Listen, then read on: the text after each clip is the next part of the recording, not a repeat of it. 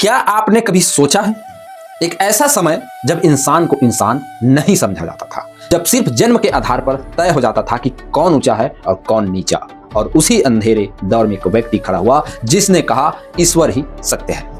लेकिन सवाल है, क्या सतनाम पंथ सिर्फ एक धर्म है या यह एक क्रांति थी? आज हम जानेंगे सतनाम पंथ की पूरी सच्चाई। वीडियो को अंत तक देखिए। नमस्कार, मैं हूं अरुण कुमार और आप देख रहे हैं हिंदुस्तान दृष्टि चैनल। चलिए आगे बढ़ते हैं, क्योंकि जो सच्चाई आप जानने वाले हैं वह शायद आपको किताबों में नहीं मिलेगी।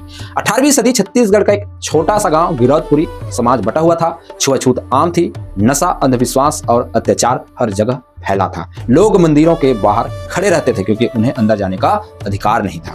सोचिए, अगर आपको सिर्फ आपके जन्म की वजह से अपमानित किया जाए तो कैसा लगेगा। उसी समय जन्म हुआ एक बालक का, घासीदास।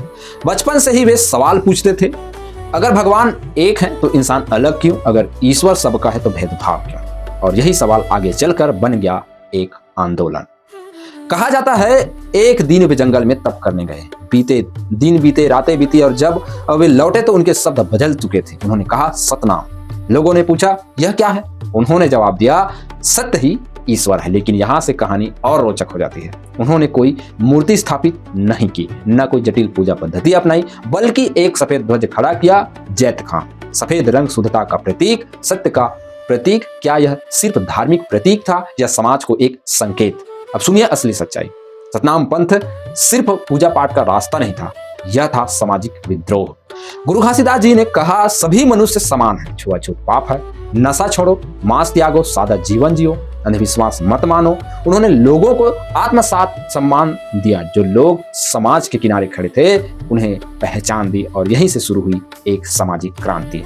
कुछ लोग इसे हिंदू धर्म का हिस्सा मानते हैं, कुछ इसे अलग पंथ कहते हैं, लेकिन ऐतिहासिक रूप से देखें तो यह एक सुधार आंदोलन था। एक ऐसी आवाज जिसने कहा, इंसान को इंसान समझो। अब सवाल है, आज के समय में जब हम पढ़े लिखे हैं फिर भी जाति और भेदभाव की बातें क्यों सुनाई देती हैं? क्या हम सच में बदल पाए हैं? सतनाम पंथ का असली संदेश किसी एक समाज के लिए नहीं था, वह था पूरी मानवता के लिए। अगर सत्य को हम अपने जीवन में उतार लें तो झूठ, दिखावा और भेदभाव अपने आप खत्म हो जाएंगे। शायद इसीलिए आज भी लाखों लोग कहते हैं, जय सतनाम। तो अब आप बताइए, क्या सतनाम पंथ सिर्फ एक धर्म है या एक सामाजिक क्रांति? क्या यह अतीत की कहानी है या आज भी प्रासंगिक सच्चाई? अगर आपने आज कुछ नया सीखा तो वीडियो को लाइक, सब्सक्राइब जरूर करें। कमेंट में लिखें, सत्य ही ईश्वर है। और बताइए, क्या आप गुरु घासीदास जी के जीवन की पूरी कहानी जानना चाहेंगे?